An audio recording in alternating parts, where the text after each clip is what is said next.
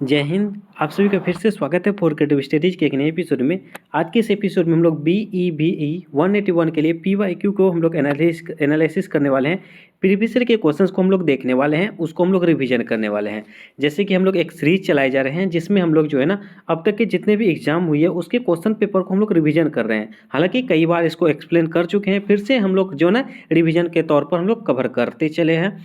और आज के सेशन में हम लोग जून 2024 के क्वेश्चन पेपर को देखने वाले हैं जो रिसेंटली एग्जाम हुई है ना। इसके क्वेश्चन पेपर को हम लोग आज के सेशन में देखने वाले हैं। और आप सभी को ये भी पता होगा कि इस सब्जेक्ट में लगभग 80 क्लास, सिर्फ इस सब्जेक्ट में 80 क्लास मैंने करा रखा है, जो आप सभी के लिए काफ़ी ज़्यादा इंपॉर्टेंट है।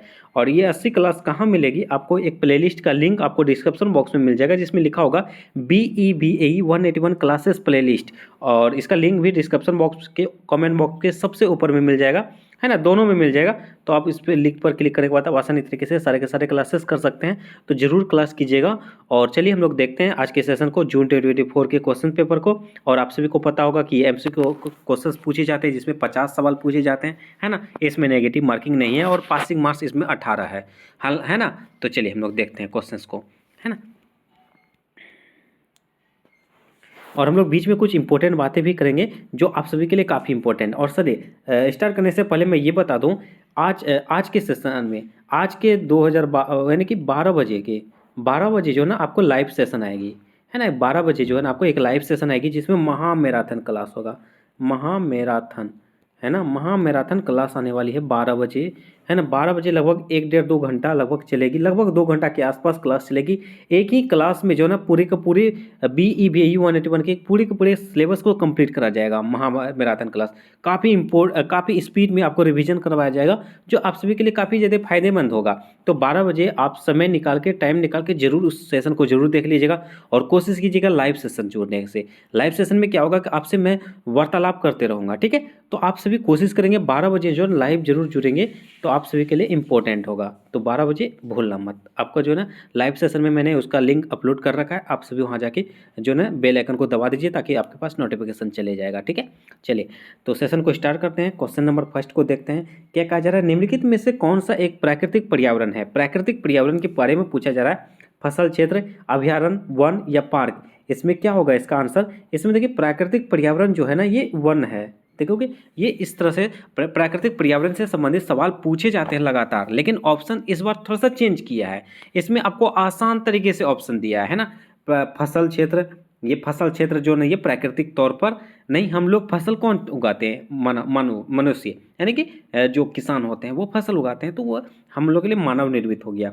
अभ्यारण्य, जैसे आप सभी जानते होंगे कि भारत में अगर मान के चलो अभी 10 अभ्यारण्य है, तो अभी आप न्यूज में सुनते होंगे कि प्रधानमंत्री इस राज्य में, उस राज्य में यहाँ पे नए अभ्यारण्य का शिलान्यास किया, या उस राज्य के CM के द्वारा शिलान्यास करवाया गया, मतलब उद्घाटन करवाया गया।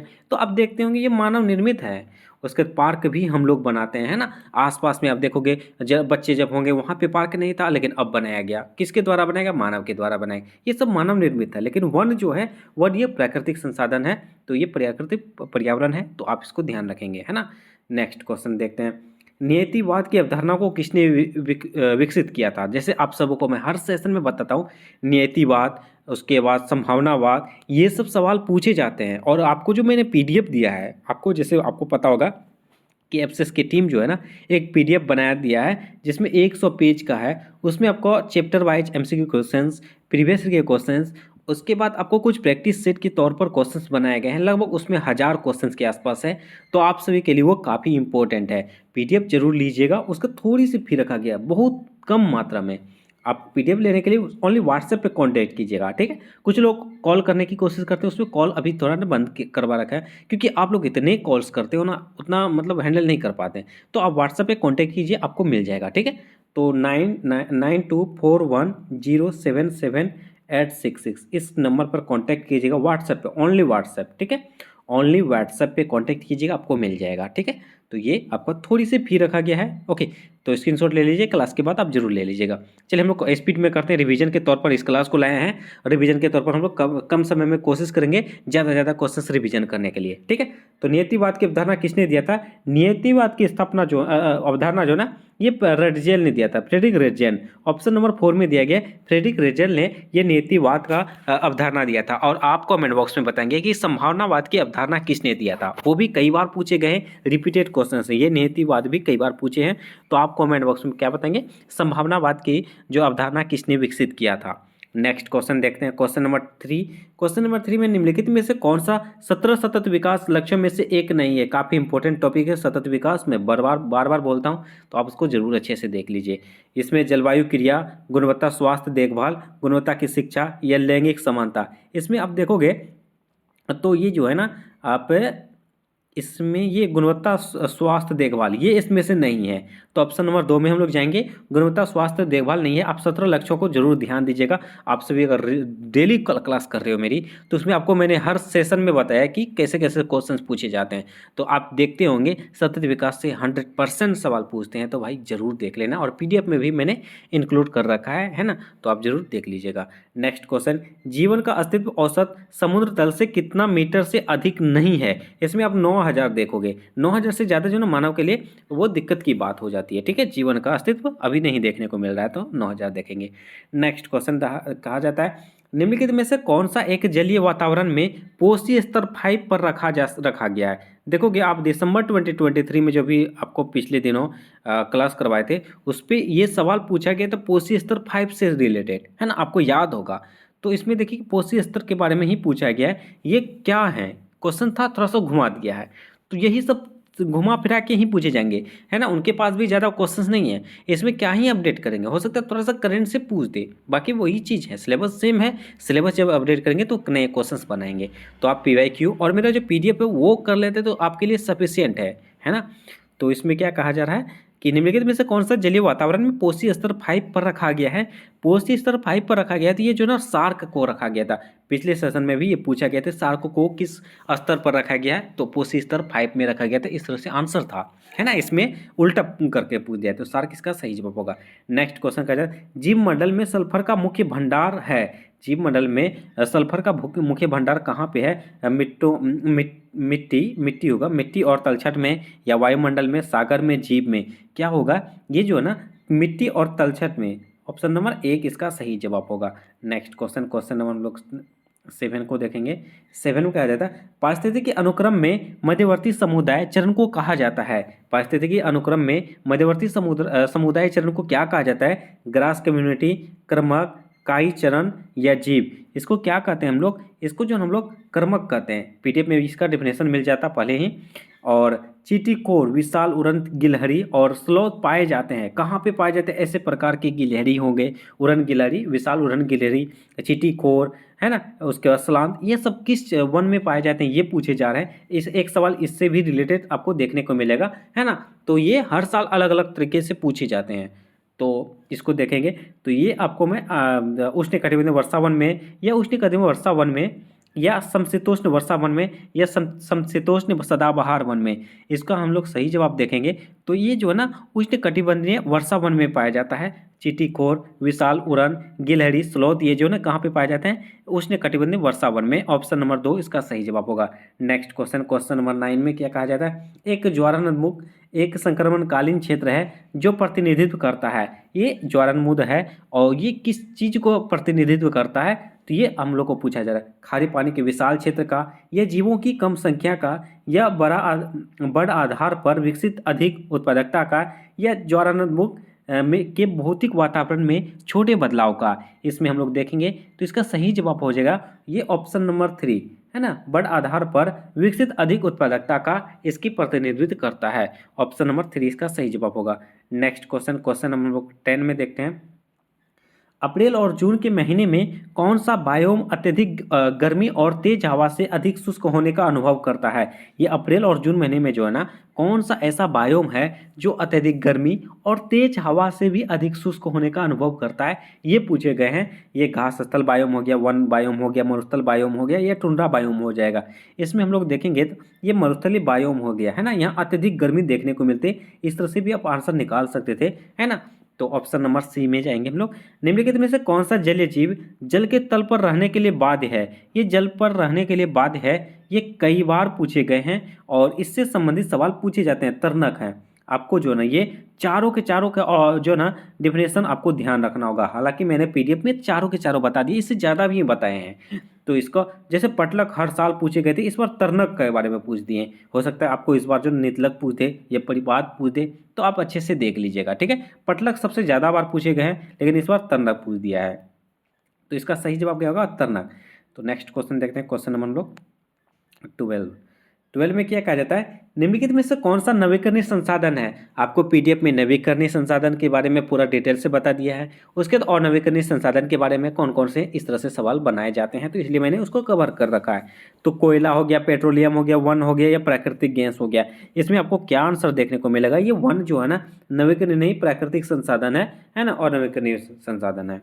नेक्स्ट क्वेश्चन, वह प्रक्रिया जिसके द्वारा ठोस जल सीधे ये नवीकरणीय संसाधन वन नवीकरणीय संसाधन है ना।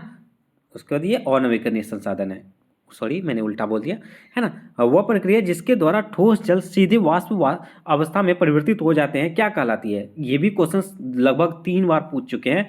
इसको जो ना क्या कहा जाएगा? जिसमें ठोस जल जो है ना सीधे वाष्प में अवस्थित हो जाते हैं। ठोस जल जो है वो सीधे क्या हो जाते हैं? वाष्प में बदल जाते हैं। तो वो किस तौर उसे क्या कहा जाता है? ये ऊर्ध्वपातन कहते हैं, है ना। तो आप देखोगे वर्षण क्या है, वाष्पन क्या है, वाष्पोत्सर्जन क्या है, या ऊर्ध्वपातन क्या है, सबके डिफिनेशन आप ध्यान रखेंगे, है ना। लेकिन अभी तक ज़्यादातर जो है ये 2 से 3 बार ऊर्ध्वपातन के बारे में पूछ दिए हैं, तो इसको ध्यान रखेंगे। तो नेक्स्ट क्वेश्चन क्या कहा जा रहा है? कहा जाता है निम्नलिखित में से कौन सी भारत में पारंपरिक जल प्रबंधन प्रणाली नहीं है ना। नहीं वाले भी लगभग 15-16 सवाल पूछे जाते हैं। तो जोहड़ या बांस से बूंद सिंचाई या सशस्त्र सिंचाई या कुल होगा। इसमें हम लोग देखेंगे तो ये सशस्त्र जो है ना, ये आपका सिंचाई, ये सही जवाब होगा। नेक्स्ट क्वेश्चन, ये इसमें से नहीं है। निम्नलिखित में से कौन सा मृदा अपरदन को नियंत्रित करने का उपाय नहीं है?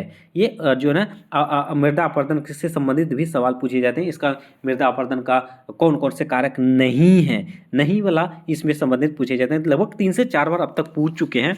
तो घास और झाड़ियों का पेड़ लगाना, ये तो नियंत्रण करता है ही, है ना। इसको तो ये सही है, इसमें नहीं वाला पूछे गए हैं। उसके तट के साथ चौड़ी दीवारों का निर्माण, या देखोगे अब चौड़ी दीवार अगर बना लेंगे तो ये जो मृदा अपरदन नहीं होगा। यहाँ पे आप देखोगे ना, घर जो बनाते हो नीचे में क्या होता है?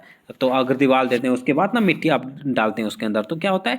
तो मिट्टी का अपरदन नहीं होता है। उसका ढलान के साथ बड़े पेड़ों को काटना, हटाना या काटना, तो ये बात है। ये हटाएंगे तो या काटने तो कैसे हो जाएगा भाई? वो मृदा का अपरदन कैसे होगा? वो तो बहाव हो जाएगा, तो ये गलत होगा। और चेक डैम का निर्माण, ये तो होगा ही। तो ऑप्शन नंबर इसका 3 इसका सही जवाब होगा, क्योंकि नहीं वाला पूछे गए थे। नेक्स्ट क्वेश्चन, क्वेश्चन नंबर 16 में निम्नलिखित में से क्या वन का पारिस्थितिक महत्व है? क्या वन का पारिस्थितिक महत्व है? ये भी सवाल पूछे जा रहे हैं, कई बार पूछे गए हैं। जीवन को बनाए रखने वाले अनेक औषधीय उत्पादों का उपलब्ध करवाना, क्या ये सही आंसर है ना। इससे भी देखते हैं आगे अगला ऑप्शन, कागज के निर्माण के लिए प्रयुक्त लकड़ी और बांस का गड्ढा प्राप्त करना, या मिट्टी के कटाव की जांच करता है। उसके बाद कई अवसादी समुदायों में जीविकापार्जन का सहारा बनता है। इसमें हम लोग देखेंगे ना, तो वन का सबसे अगर अधिक महत्व जो है ना, हम लोग देखेंगे मिट्टी के कटाव की जांच करता है। इसकी जो वन का पारिस्थितिक महत्व क्या होता है? मिट्टी के कटाव की जांच करने वाले एक संस्था, यानी कि पारिस्थितिक महत्व है। इससे सबसे ज़्यादा महत्व इसी को माना जा रहा है। तो ऑप्शन नंबर 3 इसका सही जवाब होगा। नेक्स्ट क्वेश्चन, क्राउन फायर किस में होती है? क्राउन फायर किस में निहित होती है, ये पूछे गए हैं। ये घन जंगल में होती है। ऑप्शन नंबर 4 इसका सही जवाब होगा। नेक्स्ट क्वेश्चन देखेंगे हम लोग, क्वेश्चन नंबर 18, निम्नलिखित में से कौन सा आदिवासी और अन्य वनवासियों का सक्षम बनाता है? कौन सी आदिवासी और अन्य वनवासियों का सक्षम बनाता है, ये पूछे गए। वन अधिकार अधिनियम 1986, वन अधिकार अधिनियम 2006, वन संरक्षण अधिनियम 1986, ये वन संरक्षण अधिनियम 1988। इसका आप सभी जो है ये पॉलिटी से और इन्वायरमेंटल से अधिनियम से जुड़ा हुआ है, तो आप इसको देखोगे तो इसका सही जवाब हो जाएगा आपका ये वन अधिकार अधिनियम 2006। ये भी एक बार अभी तक तो नहीं पूछा है, इससे संबंधित पूछे जा सकते हैं, है ना। तो देखोगे तो वन अधिकार अधिनियम 2006 को ये सक्षम बनाता है। देखो ये हॉट स्पॉट से संबंधित सवाल बनाए जाते हैं, हाँ, इसीलिए मैंने हॉट स्पॉट से संबंधित एक सेशन ही अपलोड कर रखा है ना, जिसमें जितने भी हॉट स्पॉट हैं, कहाँ कहाँ हॉट स्पॉट है, मैंने एक जो है मानचित्र के माध्यम से आपको बता दिया, ताकि आप वो देख लोगे ना तो आपको पूरा का पूरा याद हो जाएगा। तो आपको कोई भी उससे सवाल पूछे जाएंगे तो आपसे गलत नहीं होने वाला है ना, छूटने वाला नहीं है, तो आप जरूर देख लीजिएगा उसको। हॉट स्पॉट किन क्षेत्रों में होती है? उच्च स्थानिकता में, कम स्पीसीज प्रचुरता में, या कम विविधता में, या लगातार खतरे में नहीं। देखिए ये भी सवाल एक बार अब तक पूछे जा चुके हैं, ये दूसरी बार है ना, इससे पहले एक बार पूछे जा चुके हैं, तो इसका हम लोग आंसर पहले भी देख चुके हैं। ये जो ना उच्च स्थानिकता, ऑप्शन नंबर 1 इसका सही जवाब होगा। निम्नलिखित में से किसकी भारत में अधिकतम आनुवंशिकता विविधता है? अगर आप देखोगे चावल, तो चावल लगाना, नहीं तो आम, है ना, सबसे ज़्यादा आम है, चावल रहता तो चावल लगाते। निम्नलिखित में से कौन सा जैव विविधता के मूल्य का उपयोग है? जैव विविधता के मूल्य के उपयोग है, वैकल्पिक मूल्य, वसीयत मूल्य, या अस्तित्व मूल्य, या सौंदर्य मूल्य। इसमें हम लोग देखेंगे तो इसका जो सौंदर्य मूल्य, ये भी एक बार पहले पूछ चुके हैं, ये दूसरी बार है ना। PYQ आप अच्छे से कवर कर लेंगे तो आपका कहीं नहीं जाने वाला, है ना। नेक्स्ट क्वेश्चन देखते हैं।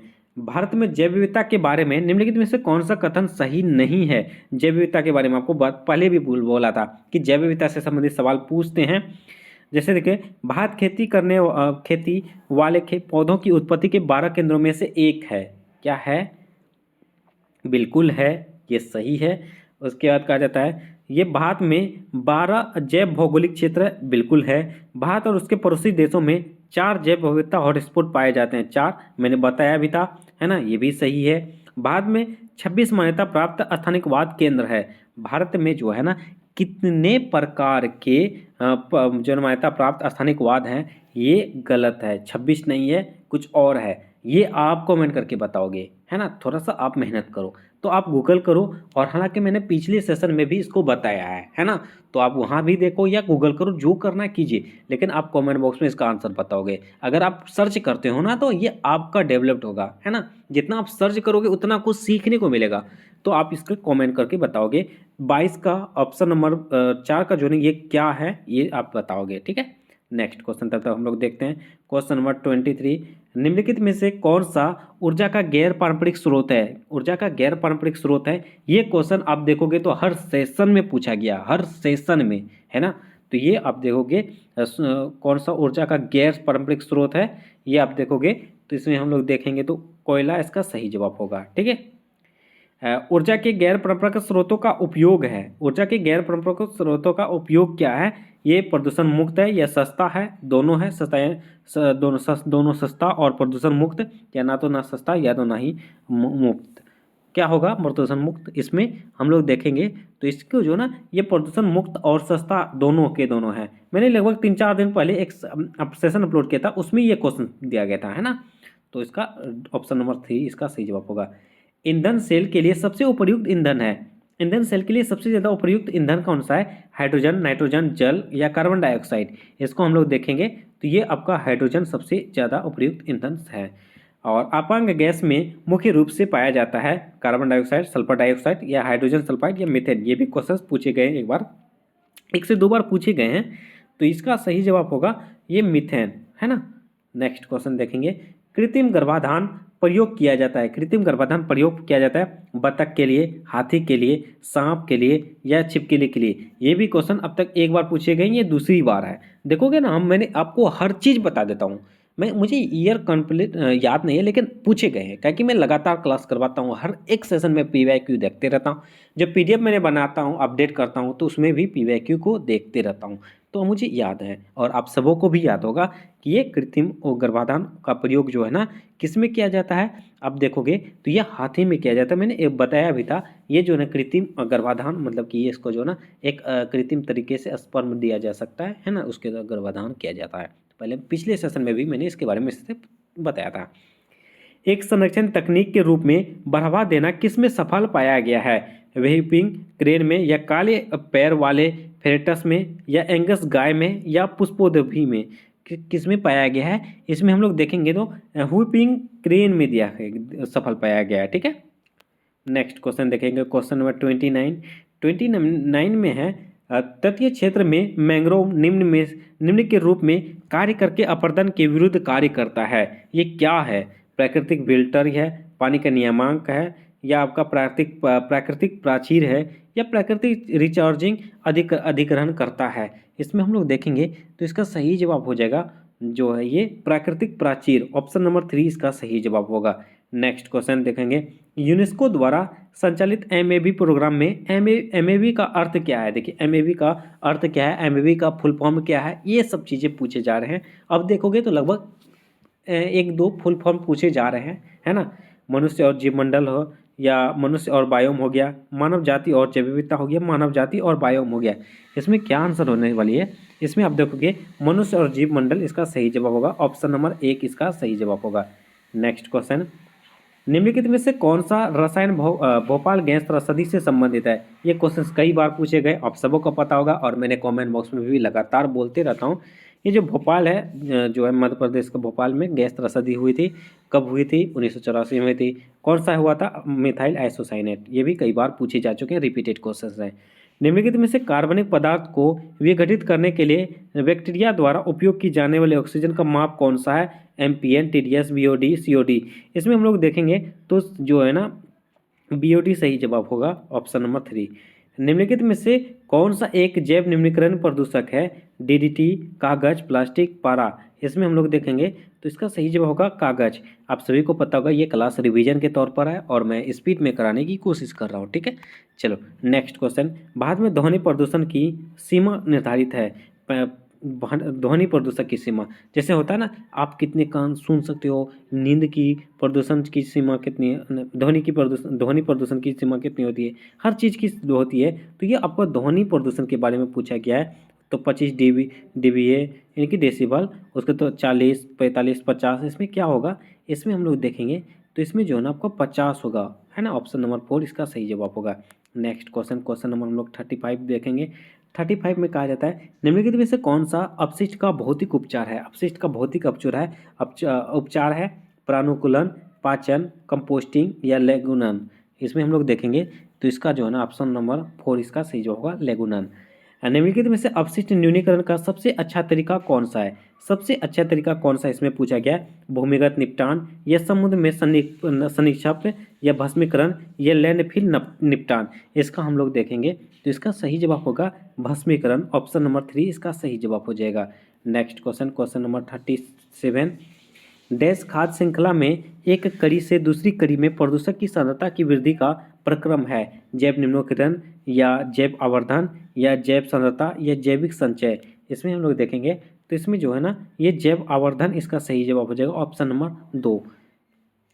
आपको मैं फिर से रिपीट कर दे रहा हूँ, आपके लिए एक PDF तैयार किया गया है, जिसका जो आप जिनको चाहिए वो कांटेक्ट कीजिए 9241077866। आपके लिए PDF काफ़ी इंपॉर्टेंट होगा, जरूर PDF लीजिएगा। थोड़ी सी फी रखा गया है, वो इन्वेस्ट जरूर कीजिए। इसमें मैं दावे के साथ बोल सकता हूँ वो PDF आपके लिए काफ़ी ज़्यादा फायदेमंद साबित होगा। अब तक हुआ है, आपको भी होगा ही होगा, है ना। तो चलिए ये नेक्स्ट क्वेश्चन कहा जाता है, 4 स्थानों ABCD की वर्षा का pH मान नीचे दिया गया है। उस जगह की पहचान कीजिए जहाँ अम्ल निक्षेपण हुआ था, यानी अम्ल निक्षेपण हुआ था। तो ये पूछे गए हैं, तो इसमें हम लोग देखेंगे तो ये जो ना 5.5 होगा, है ना। ऑप्शन नंबर 1 में ही दिया गया 5.5। ऑप्शन नंबर 1 इसका सही जवाब होगा। नेक्स्ट क्वेश्चन देखते हैं, क्वेश्चन नंबर 39, किन दिन को, यानी कि किस दिन को ओजोन परत के संरक्षण के लिए अंतर्राष्ट्रीय दिवस के रूप में मनाया जाता है? ओजोन परत के संरक्षण के लिए अंतर्राष्ट्रीय दिवस के तौर पर कब मनाया जाता है? 25 मई को, 5 जून को, या 16 सितंबर को, या 22 दिसंबर को? ये जो 16 सितंबर को मनाया जाता है। ऑप्शन नंबर 3 इसका सही जवाब हो जाएगा। नेक्स्ट क्वेश्चन देखते हैं हम लोग, क्वेश्चन नंबर 40। क्वेश्चन नंबर 40 में क्या कहा जाता है? निम्नलिखित में से कौन सा कथन CFCS के लिए सत्य नहीं है? CFCS के लिए सत्य नहीं है, ये पूछे गए हैं। तो ये सबसे पहले हम लोग जो सत्य है उसको ढूंढते हैं।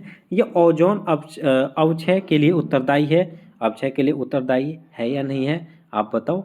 बिल्कुल ये ओजोन अवक्षय के लिए उत्तरदायी है। इनका उपयोग पेंट और डिटर्जेंट में किया जाता है, बिल्कुल है। ये अस्थिर होते हैं और वर्षों तक निचले वातावरण में रहते हैं, ये बिल्कुल है। अगर 3 है तो चौथा नहीं होगा। ये यूवी किरण से अप्रभावित है, नहीं, ये यूवी अल्ट्रावायलेट किरण से प्रभावित नहीं है, यानी अप्रभावित है। यहाँ तो अप्रभावित है, तो ये प्रभावित है, इसलिए ऑप्शन नंबर 4 इसका सही जवाब होगा। नेक्स्ट क्वेश्चन, हमारे संविधान में पर्यावरण संरक्षण का प्रावधान किस वर्ष में हुआ था? प्रावधान जो है 1976 में हुआ था। ये क्वेश्चन भी एक बार और पूछा जा चुका है, ये दूसरी बार है। नेक्स्ट क्वेश्चन, एनबीए के तहत स्थापित किया गया है, एनबीए के तहत स्थापित किया गया है वन्यजीव संरक्षण अधिनियम, वन संरक्षण अधिनियम, जैव विविधता का अधिनियम, या पर्यावरण संरक्षण अधिनियम? इसमें हम लोग देखेंगे तो ऑप्शन नंबर 3 इसका सही जवाब होगा, जैव विविधता अधिनियम। निम्नलिखित में से कौन सा लुप्तप्राय प्रजातियों की संरक्षण परियोजनाओं का हिस्सा नहीं है? इसमें कौन सा नहीं है ये पूछे जा रहे हैं। तो मगरमच्छ, ऊंट, हाथी, सींग, इसका जो है ना ये संरक्षणों का परियोजना का संरक्षण नहीं है, ये पूछे गए हैं। इसमें हम लोग देखेंगे तो ये हाथी को नहीं रखा गया है, तो ऑप्शन नंबर 3 इसका सही जवाब होगा। नेक्स्ट क्वेश्चन देखते हैं, क्वेश्चन नंबर 44। रोग की उत्पत्ति के अध्ययन को क्या कहा जाता है? रोग की उत्पत्ति के अध्ययन को क्या कहा जाता है? एटियोलॉजी, या महामारी विज्ञान, या सीरोलॉजी, या पैथोलॉजी? ये सब सवाल पूछे जा रहे हैं, है ना। तो आप इस तरह से भी सवाल अपडेट करेंगे खुद को। तो इसको जो हम लोग एटियोलॉजी कहते हैं। रोग की उत्पत्ति के अध्ययन को क्या कहा जाता है? एटियोलॉजी। निम्नलिखित में से कौन सा आनुवंशिक रोग है? आनुवंशिक रोग है ये पूछे गए, मलेरिया, या मधुमेहता, या मधुमेह, या मंगोलिज्म? इसमें हम लोग देखेंगे तो इसका सही जवाब हो जाएगा मंगोलिज्म। ऑप्शन नंबर 4 इसका सही जवाब होगा। नेक्स्ट क्वेश्चन 46 देखते हैं। 46 में क्या कहा जाता है? निम्नलिखित में से कौन सी भूवैज्ञानिक आपदा है? भूवैज्ञानिक आपदा कौन सा है ये पूछे गए हैं। बाढ़, उष्मा तरंग, भूस्खलन, या दवांगी? ये जो भूस्खलन इसका सही जवाब होगा, यही जो भूवैज्ञानिक आपदा है। चंडो प्रसाद भट्ट किसके साथ जुड़ा हुआ है? ये भी दूसरी बार पूछा गया, इससे पहले भी पूछा जा चुका है। तो ये साइलेंट वैली मूवमेंट के चिपको आंदोलन से, या अपिको आंदोलन से, या ताज ट्रेपजियम से? तो ये चंडी प्रसाद जो है ना ये चिपको आंदोलन से संबंधित थे। आपको ये भी बताना है चंडी प्रसाद के साथ साथ और कौन ऐसे व्यक्ति थे जो ये चिपको आंदोलन किए थे, तो आपको ये भी बताना है। चंडी प्रसाद के साथ साथ और कौन थे, कमेंट बॉक्स में उसका नाम बताइएगा, वो भी काफ़ी इंपॉर्टेंट है। मैंने पिछले सेशन में भी उसके बारे में उसका नाम भी बताया था। ये चिपको आंदोलन क्या है इसके बारे में भी मैंने बता रखा है। Next question 48। कौन सी विचारधारा मानती है कि प्रकृति माँ है और उससे वश में नहीं किया जा सकता है? भारतीय विचार, पश्चिमी विचार, सिनेटिक विचार, ये दोनों पश्चिमी और सिनेटिक विचार? ये जो भारतीय विचार जो है ये मानती है कि प्रकृति माँ है और उससे वश में नहीं किया जा सकता है। तो ऑप्शन नंबर 1 इसका सही जवाब होगा। नेक्स्ट क्वेश्चन, क्वेश्चन नंबर आपको 49। पर्यावरण निर्णय जो कुछ जातीय समूहों को प्रभावित करता है, निरूपित करता है। ये भी क्वेश्चन दिसंबर 2023 के क्वेश्चन में पूछा गया है। तो आर्थिक असमानता, भौगोलिक असमानता, प्रक्रियात्मक असमानता, या सामाजिक असमानता? इसका सही जवाब हो जाएगा सामाजिक असमानता। ठीक है, ऑप्शन नंबर 4 इसका सही जवाब होगा। आज के सेशन का लास्ट सवाल रहेगा, लास्ट क्वेश्चन कहा जाता है इनविस। इनविस से भी काफ़ी इंपॉर्टेंट है, हर सेशन में मैंने बताया है 50 नंबर क्वेश्चन में इनविस से ही संबंधित पूछते हैं। पिछले सेशन में दिसंबर 2023 में वो 48 नंबर में पूछा था, थोड़ा सा क्वेश्चन नंबर चेंज किया, लेकिन अब तक जो है ना 50 नंबर में यही पूछा जा रहा है ना। तो ये हम लोग को देखेंगे। तो इनविस केंद्र जो है किसके द्वारा स्थापित किया जाता है? ये स्थापित किया गया था, ये इनविस से संबंधित एक सेशन ही अपलोड कर रखा है मैंने कि कब किया गया था, क्या हुआ है, क्या नहीं है, इनविस आखिर होता है क्या है, कहाँ कहाँ सेंटर है, कितने सेंटर है, सबके बारे में मैंने डिटेल से चर्चा किया है। ठीक है, उसको जरूर देख लीजिएगा, प्लेलिस्ट में आपको लिंक मिल जाएगा उसमें। तो शिक्षा मंत्रालय द्वारा बिल्कुल नहीं। ये इनविस जो है ना, ये इनविस क्या है देखोगे, अब पर्यावरण पढ़ रहे हो तो पर्यावरण से संबंधित ही होगा, तो आप इसमें कन्फ्यूज नहीं होना। जैसे आपका शिक्षा, तो ये पर्यावरण से रिलेटेड नहीं है भाई। विज्ञान और प्रौद्योगिकी, ये तो साइंस एंड टेक्नोलॉजी है, उसको पर्यावरण से क्या लेना देना, मतलब कि लेना देना है भाई, लेकिन इसको अभी इससे अब आसानी से कैसे ढूंढ सकते हो। इनमें से ये पर्यावरण से संबंधित है, पर्यावरण मिल गया, पर्यावरण ही है, यही है सही जवाब। पर्यावरण, वन और जलवायु परिवर्तन मंत्रालय के द्वारा इनविस केंद्र को स्थापित किया गया था। ऑप्शन नंबर 3 इसका सही जवाब होगा, है ना। तो इस तरह से हम लोग आज के सेशन में भी 50 सवाल को देख चुके हैं, और इस तरह से जून 2024 के क्वेश्चन पेपर जो रिसेंटली एग्जाम हुई है उसके क्वेश्चन पेपर को हम लोग एनालिसिस कर चुके हैं। तो इस तरह से हम लोग पूरे PYQ को हम लोग एनालिसिस कर चुके हैं, रिवीजन कर चुके हैं। इस तरह से हम लोग का पूरा सिलेबस कंप्लीट हो चुका है, ठीक है। तो इस प्रकार आपको एक और चीज़ बता दूं, आपको मैंने बताया कि 3 जनवरी को 12 बजे जो है ना लाइव सेशन के साथ जुड़ना ना भूलें। काफ़ी इंपॉर्टेंट सेशन होने वाली है, काफ़ी इंपॉर्टेंट। एक ही सेशन में पूरे के पूरे आपको इस सब्जेक्ट की क्लासेस मिल जाएगी, रिवीजन हो जाएगा। काफ़ी स्पीड में मैं रिवीजन करवाऊंगा, 2 से ढाई घंटा के आसपास लगेगा, उसमें मैं स्पीड पे रिवीजन करवा दूंगा, ठीक है। तो पूरा का पूरा आपके लिए वो सेशन काफ़ी इंपॉर्टेंट होगा, तो जरूर जुड़िएगा, भूलिएगा नहीं, 12 बजे, है ना। लाइव सेशन के जो है ना आप सेक्शन में मिल जाएगा, तो आप सभी एक्टिव रहिएगा। और अब आज के सेशन में बस इतना ही रहने देंगे। जो भी चैनल में पहली बार आए हैं और चैनल को सब्सक्राइब नहीं किए, प्लीज़ चैनल को सब्सक्राइब जरूर कर लीजिएगा और बेल आइकन को जरूर हिट कीजिएगा। सेशन अच्छा लगे तो लाइक जरूर कीजिएगा, कमेंट के माध्यम से क्लास का रिव्यू जरूर दीजिएगा और अपने दोस्तों को भी ज़्यादा से ज़्यादा शेयर कीजिएगा। चलिए मिलते हैं नेक्स्ट सेशन में, तब तक के लिए थैंक यू, जय हिंद।